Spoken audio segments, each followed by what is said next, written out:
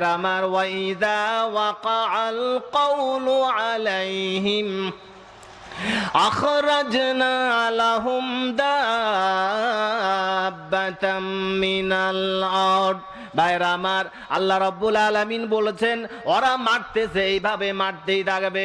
আর আমি আল্লাহ তাআলা এমন আমার ওয়াদা যখন পুরা হয়ে যাবে, তখন ছাপা পাহাড় ফেটে আমি একটা জন্তু বের করব, এটাকে দাব্বাতুল আরদ বলা হয়। এই জন্তুটা বের হবে, তার 4টা পা হবে, এর গলাটা লম্বা হবে। এ মানুষে তুকাল্লিমুহুম আন্নান্নাসা, সে মানুষের সাথে মানুষের ভাষায় কথা বলবে। এই একটা পা ফেলবে, তার কাল্লাটা চলে যাবে সাগরের মাঝখানে। সে মাথাটা নামায় দিবে সাগরের পানিতে, এক চুমুক দিবে, অল পৃথিবীর সকল পানিগুলো সে এক নিমিষে খেয়ে ফেলবে।